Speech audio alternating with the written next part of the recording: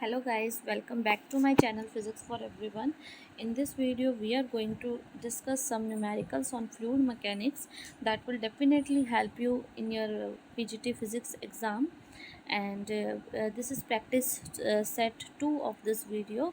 Fluid mechanics की एक video में पहले अपलोड कर चुकी हूँ. You can see that in playlist of KVS NVS.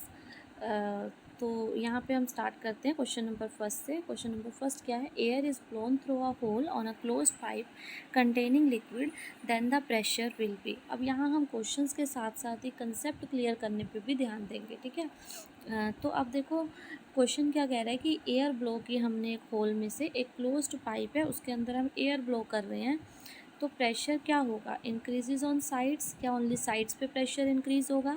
Downward direction में प्रेशर इंक्रीज होगा? Increase in all direction and never increase. So इसके लिए हमने देखो एक पास्कल्स लॉ हमने पढ़ा था. फ्लूइड मैकेनिक्स में एक पास्कल्स लॉ आता है. वो according to that law pressure transfers in every direction equally and अनडिमिनिश्डली.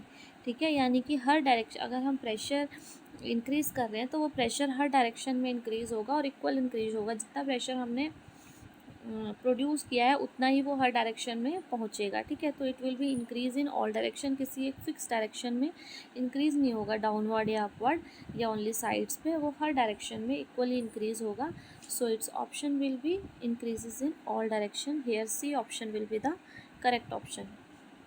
Moving to our next question. What it says. देखो, by sucking through a straw a student can reduce the pressure of his lung to 750 mm of Hg. जो उसके lungs का pressure है वो कितना दिया हुआ है? 750 mm ऑफ Hg दिया हुआ है. ठीक है. तो लंग्स का प्रेशर कितना दिया हुआ है? 750 mm ऑफ Hg दिया हुआ है. और एटमॉस्फेरिक प्रेशर हमारे पास कितना होता है? 760 mm ऑफ Hg होता है. तो यहाँ से प्रेशर डिफरेंस कितना निकल के आ गया? 760 माइनस 750, 10 mm ऑफ Hg. या इसको हम ऐसे भी कह सकते हैं 1 सेंटीमीटर ऑफ Hg. अब इसने क्या कहा है? Using the straw he can drink. अब उसी स्ट्रॉ से, जिस स्ट्रॉ से उसने सक करके अपने लंग्स के प्रेशर को रिड्यूस किया है. ठीक है. जितनी उस स्ट्रॉ की हाइट होगी उतना ही प्रेशर उसने, उतने ही एयर मॉलिक्यूल्स उसमें आए होंगे ऊपर को. ठीक है. तो उतना ही उसने लंग्स का प्रेशर रिड्यूस किया होगा. तो वो जो लंग्स का उसी स्ट्रॉ से उसने क्या कर रहा है, वो पानी पी रहा है एक ग्लास में से. तो वो कितने डेप्थ तक पानी पिएगा? अब उस कितने डेप्थ तक पिएगा? जितना उसने प्रेशर रिड्यूस किया है. ठीक है. तो प्रेशर कितना रिड्यूस किया था? प्रेशर डिफरेंस क्या आया था? 10 mm ऑफ Hg या 1 सेंटीमीटर ऑफ Hg. तो वो किसके इक्वल हो जाएगा? जितना वो वाटर पिएगा उसके इक्वल, यानी कि ρWgH. तो यहाँ पे क्या है? 10 mm ऑफ Hg. तो यहाँ पे डेंसिटी किसकी आ जाएगी? Hg की आ जाएगी. और G इंटू H क्या है? यहाँ 10 मिलीमीटर था, इसको 1 सेंटीमीटर अगर लिखेंगे सेंटीमीटर में तो 1 आ जाएगा. Is equal to ρWgH. तो G से G यहाँ कैंसल आउट हो गया. ρHg क्या होता है? 13.6. ρW क्या होता है? 1. तो H क्या आ गया हमारे पास? 13.6 centimetre. So it will be 13.6 centimetre. So here option C will be the correct option. Now देखो एक नेक्स्ट क्वेश्चन हम देखते हैं. Iceberg of density 900 kilogram per metre cube is floating in water. यहाँ पे क्वेश्चन इस टाइप का आया हुआ है जैसे समुद्र है, इसमें एक आइसबर्ग है, बिल्कुल ऐसे ज़मीन से सटा हुआ ऊपर तक है. ठीक है. तो कुछ पार्ट क्या होता है, ये आइसबर्ग का वाटर के अंदर होता है, कुछ पार्ट वाटर के बाहर होता है. तो जब भी इस टाइप का क्वेश्चन आए कि percentage of volume of iceberg outside the water हमें बतानी हो, तो इसके लिए एक फॉर्मूला लर्न कर लो. 1 माइनस ρS बाई ρL, यानी कि रो सॉलिड बाय रो लिक्विड. तो क्या आएगा? 1 माइनस रो सॉलिड. कितना सॉलिड यानी कि जो आइसबर्ग है वो, उसकी डेंसिटी कितनी दी हुई है? 900. और लिक्विड जो वाटर में फ्लोट कर रही है उसकी क्या दी हुई है हमें? 1000. तो क्या आ जाएगी? 1 माइनस 0.9, इट विल बी 0.1. ठीक है. तो ये क्या आ जाएगी? 0.1. परसेंटेज में पूछी है तो 0.1%, यानी कि 0.10%. सो here option C will be the correct option. ठीक है. कई बार इस टाइप के क्वेश्चन आते हैं, इंपॉर्टेंट क्वेश्चन है. यहाँ पे हमें दे दिया इसकी 900 किलोग्राम पर मीटर क्यूब जो है वो डेंसिटी है. कई बार 800 दे देगा. बस ये थोड़ा बहुत चेंजेस करते हैं और इस टाइप के क्वेश्चंस आते हैं. सो यहाँ पे हम जब भी इस टाइप का क्वेश्चन आएगा ये फॉर्मूला यहाँ सब्स्टिट्यूट करेंगे. नेक्स्ट देखो, now again an important question and a good question, a piece of wood is floating in water. ठीक है भाई, देखो एक लकड़ी का पीस है वो वाटर में ऐसे फ्लोट कर रहा है। ठीक है, when the temperature of the water rises, अब टेम्परेचर इंक्रीज कर रहे हैं तो अपेरेंट वेट पे क्या फ़र्क पड़ेगा। पहले अपेरेंट वेट होगा क्या, पहले तो हम वो देखें।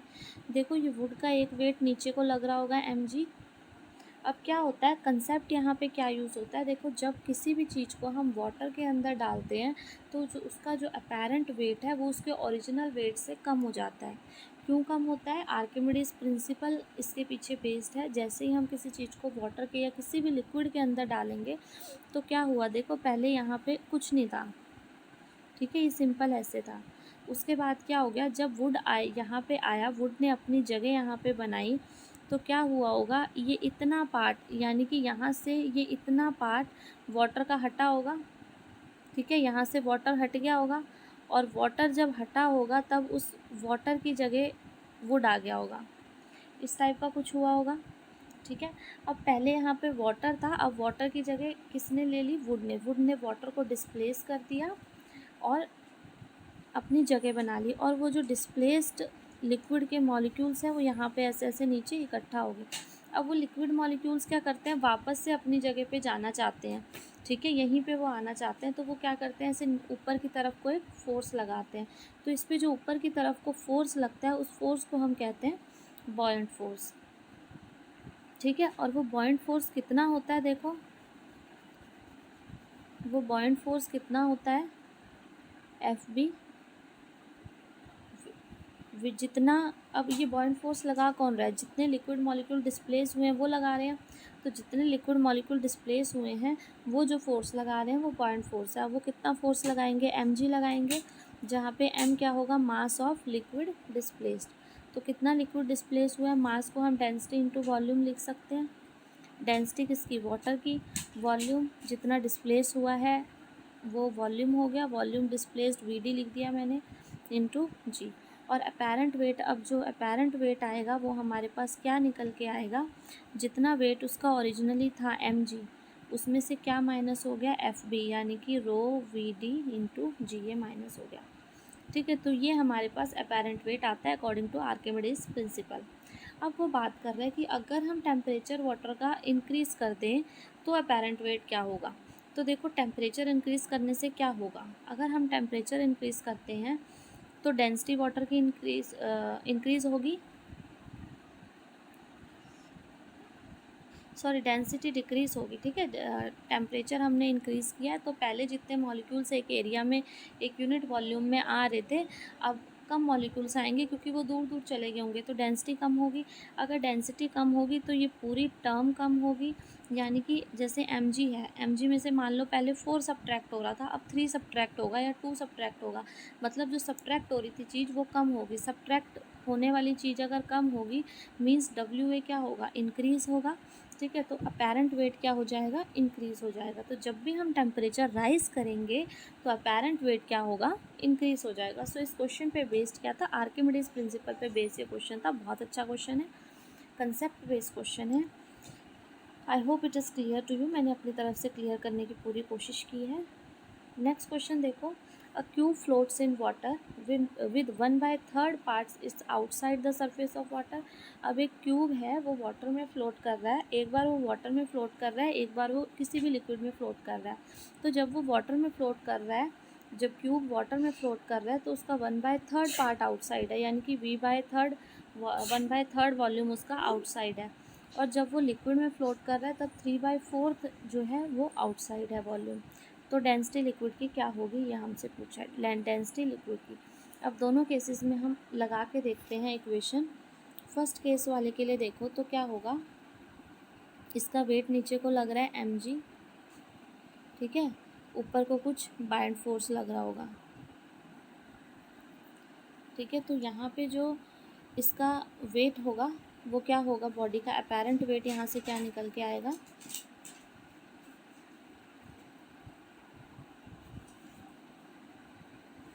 में देखो क्या होगा। फर्स्ट ऑफ ऑल हम ये केस ले रहे हैं, देखो वाटर में जब बॉडी फ्लूइड हो रही है तो उसने क्वेश्चन में क्या 1/3 पार्ट उसका आउटसाइड है वाटर के। जब लिक्विड में फ्लोट हो रही है तो 3/4 पार्ट उसका आउटसाइड है। ठीक है, तो अब इस केस में क्या होगा, अब थ्रस्ट जो होगा वो वेट ऑफ बॉडी के इक्वल होगा। जितना बॉडी नीचे को वेट लगाएगी उतना ही ऊपर को अब थ्रस्ट लगेगा जब बॉडी फ्लोट हो रही है वाटर में। तो अब थ्रस्ट देखो ऊपर कितना लग रहा है, जितने वाटर मॉलिक्यूल्स हटे वो सब मिला के क्या कर रहे हैं, फोर्स लगा रहे हैं। तो अब थ्रस्ट क्या होगा फर्स्ट वाले केस में, इस वाले केस में अब थ्रस्ट क्या होगा, रो इंटू रो वी जी होता है वॉल्यूम ऑफ लिक्विड डिस्प्लेस। कितना डिस्प्लेस होगा, v/3 पार्ट आउटसाइड है तो अंदर कितना है, 2v/3 है। तो 2v/3 volume of liquid displaced आ जाएगा, तो रो इंटू जी।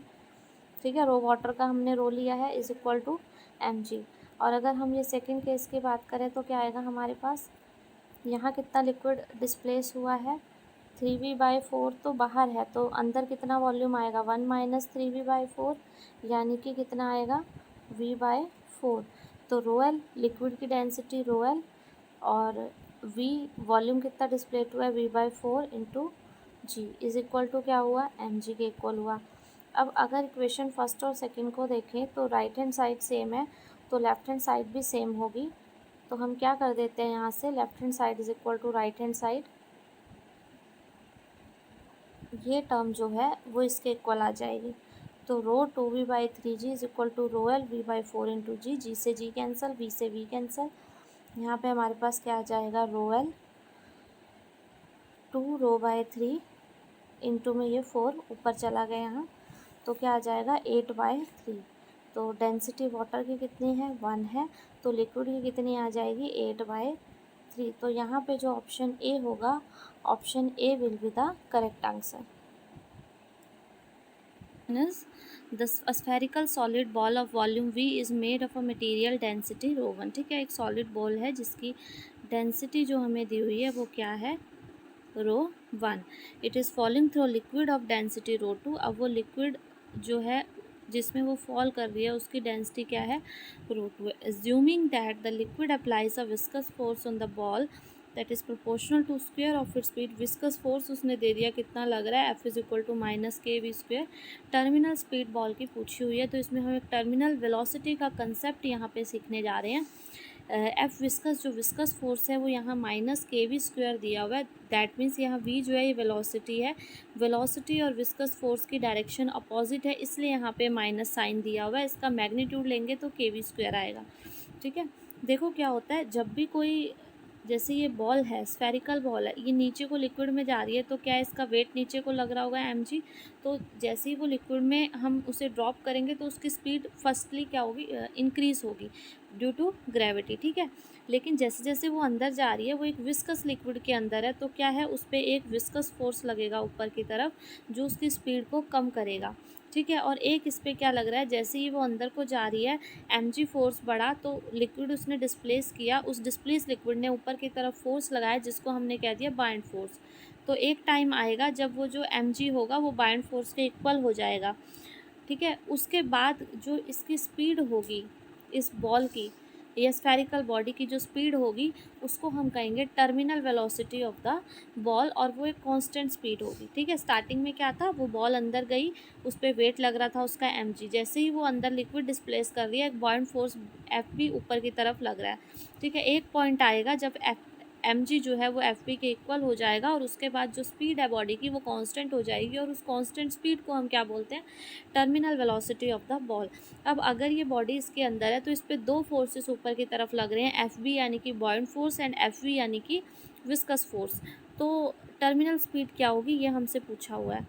तो देखो इस पर दो फोर्सेस लग रहे हैं ऊपर की तरफ और नीचे की तरफ कौन सा फोर्स है, mg है। तो नीचे की तरफ mg जो है वो ऊपर वाले फोर्सेस को बैलेंस करेगा, fv प्लस fv के इक्वल होगा।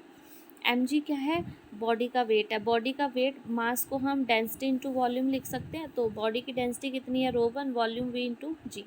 fv बॉइंड फोर्स, बॉइंड फोर्स क्या होता है, जो लिक्विड डिस्प्लेस हुआ है वो जितना फोर्स लगा रहा है तो वो भी mg के इक्वल होगा। लेकिन मास क्या आएगा, मास ऑफ लिक्विड डिस्प्लेस। अब लिक्विड कौन सा डिस्प्लेस हुआ है जिसकी डेंसिटी क्या है, ρ2 है, तो ρ2 इंटू वी इंटू जी आ जाएगा।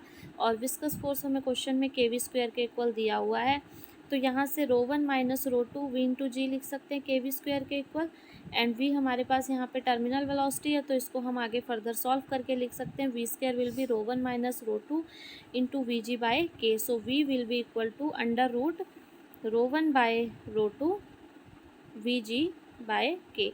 सो here option D will be the correct option.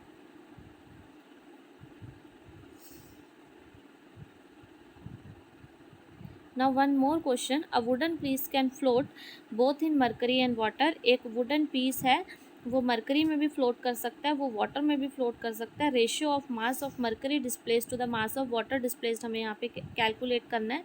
तो इसकी रेशियो ऐसे ही याद रखना 1 होती है। एक बार करके भी मैं दिखा रही हूँ। यहाँ पे देखो, ये मरकरी में मैंने वुडन पीस लिया, ये वाटर में मैंने वुडन पीस लिया। ठीक है, जब मरकरी में रख रहे हैं तो वेट उसका mg ऊपर, अब थ्रस्ट किसके इक्वल आएगा, रो एच जी वी इंटू जी, और सेकंड वाले वाटर के केस में रो डब्ल्यू वी जी आएगा, रो वाटर का आ गया। दोनों को फर्स्ट बाय सेकंड करेंगे तो यहाँ से क्या आ गया, 1 आ गई रेशो। अब ये क्या है, मास, ये रो इंटू वी क्या है, मास ही है। ठीक है, जी से जी तो कैंसिल हो गया। तो ये क्या है, मास। मरकरी के केस में जब वुडन हमने वुड का पीस डाला है, और ये क्या है, मास जब वाटर में डाला है। तो दोनों की रेशो हमारे पास कितनी आ रही है, यहाँ से 1 आ रही है। तो here option A will be the correct option. Next है, if there were no gravity which of the following will not be there for a fluid. देखो, अगर कोई ग्रेविटी नहीं होगी तो क्या होगा, ये लिक्विड है, इसमें कोई बॉडी हमने बॉडी फ्लोट कर रही है, इस पे नीचे को वेट लगता है mg, कुछ लिक्विड डिस्प्लेस होता है, वो लिक्विड डिस्प्लेस ऊपर को फोर्स लगाता है fb। अब अगर ग्रेविटी नहीं होगी तो नीचे को कोई फोर्स नहीं लगेगा, नीचे को कोई फोर्स नहीं लगेगा तो ऊपर को अप थ्रस्ट भी नहीं आएगा। तो यहाँ पे आर्किमिडीज अपवार्ड थ्रस्ट जो होगा वो प्रेजेंट नहीं होगा। बाकी सरफेस टेंशन तो प्रॉपर्टी है लिक्विड की, वो तो ग्रेविटी नहीं होगी तब भी लिक्विड की प्रॉपर्टी रहेगी, वो होगा। विस्कोसिटी भी रहेगी, लिक्विड विस्कस है तो विस्कस ही रहेगा, चाहे ग्रेविटी है चाहे नहीं है। और प्रेशर डिफरेंस जो है वो ज़ीरो आएगा, लेकिन प्रेशर ज़रूर आएगा एटमॉस्फेरिक प्रेशर की वजह से। ठीक है, तो इसका ऑप्शन एक ही बनता है, Archimedes upward thrust. So here option D will be the correct option. This session, a block of wood weight 4 newton in air. एक वुड है, उसका अगर हम वेट देखें तो वो 4 न्यूटन आ रहा है। ठीक है, एयर में। अब हमने क्या किया, उसको लिक्विड में डाल दिया। जब हम लिक्विड में हमने उसे डाला तो उसका वेट हमें कितना मिल रहा है, 3 न्यूटन।